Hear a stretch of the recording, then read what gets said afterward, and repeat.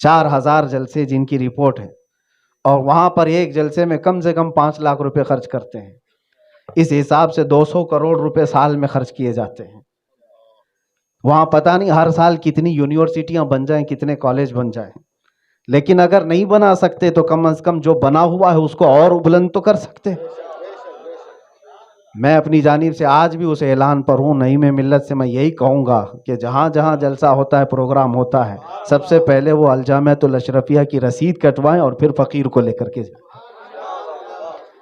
دوسری بات شاید اڑیسہ میں ایک جلسے کے دوران حضرت سے میری تفصیلی ملاقات اور بات تھی.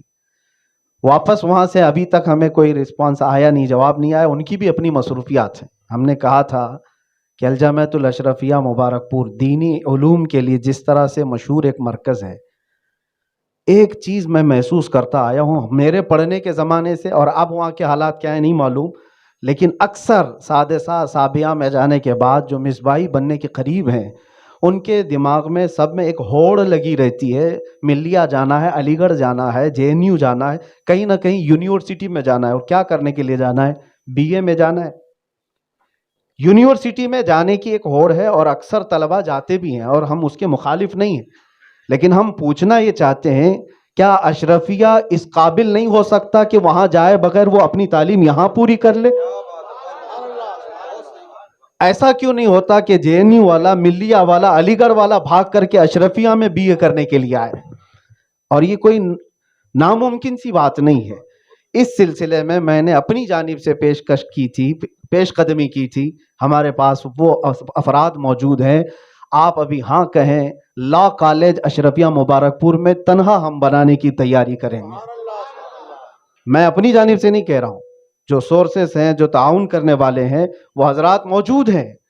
آپ بسم اللہ کریں، اس لیے کہ اب مدارس کے جو حالات بگڑتے جا رہے ہیں، اور خاص طور پر مدارس کو لے کر کے جو حکومت کے حالات بگڑے ہوئے ہیں، یہ دونوں کو مد نظر رکھتے ہوئے کہ آج یا کل چل کر کے ہماری ان تعلیمات پر یہ نظر ہے، کہ ہمارے سلیبس پر نظر ہے کہ تم 8 سال 9 سال جو بچوں کو پڑھا رہے ہو، یہ تمام چیزیں اس کو انلیگل قرار دے دیں.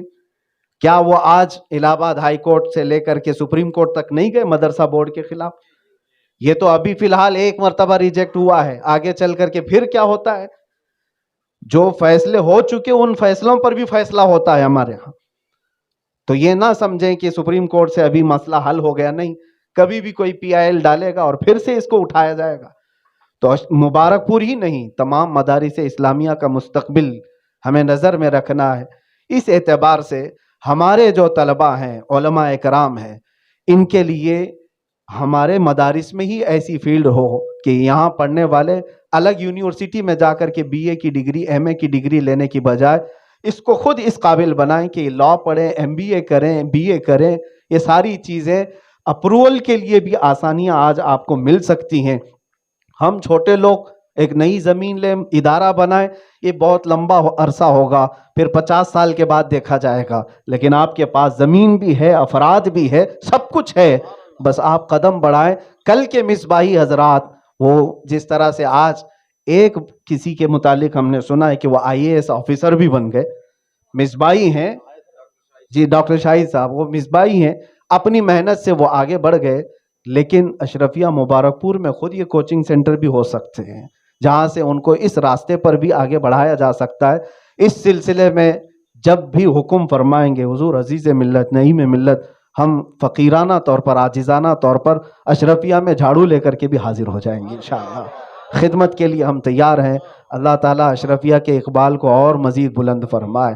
اور حقیقت ہے یہ میرے عزیزو، حقیقت ہے یہ، جو صرف محاورہ نہیں ہے، کہ اشرفیہ کی ہواؤں میں بھی علم ہے، وہاں کی ہواؤں میں بھی علم ہے. اور ہم تو بغیر محنت کیے ہوئے وہاں کی ہواؤں سے ہی کچھ کھا کر کے آئے ہوئے لوگ ہیں، وہاں سے جو کچھ خوشا چینی کیے ہوئے ہیں. اور انشاءاللہ العزیز تعاون کے سلسلے میں اشرفیہ کی گاڑی کبھی نہیں رکے گی، کبھی نہیں رکے گی، اس لیے کہ وہ اخلاص کی بنیاد پر قائم کیا ہوا ادارہ ہے. سرکار مفتی اعظم ہند رحمۃ اللہ تعالیٰ علیہ کے متعلق میرے والد گرامی بھی فرمایا کرتے کہ جب فتاوی رضویہ شریف کو منظر عام پر لانا تھا اور اس پر کام کرنا تھا، تو شہزادہ اعلیٰ حضرت نے بھی یہ فرمایا تھا کہ یہ کام صرف اشرفیہ والے کر سکتے ہیں، اور کیا بھی۔ سب سے پہلے فتاوی رضویہ کو منظر عام پر لانے کے لیے بحر العلوم کی اور علامہ عبدالرؤف بلیاوی رحمۃ اللہ علیہ کی جو خدمات ہیں یہ باقی رہیں گی۔ یہ دو چیزیں میں نے عرض کیا ہے نعیم ملت کی بارگاہ میں بھی اور حضور عزیز ملت کی بارگاہ میں بھی، یہ ہماری طرف سے تعاون ہے، اور جو تعاون کے سلسلے میں اعلان ہو رہا ہے میں اشرفیہ کو اس سے بہت اونچا سمجھتا ہوں، بہت پرے سمجھتا ہوں۔ اللہ تبارک و تعالی عزیز ملت کی عمر میں اور مزید طوالت عطا فرمائے اور آپ کے اقبال اور بلند فرمائے۔ وآخر دعوانا ان الحمد للہ رب العالمین۔ السلام علیکم۔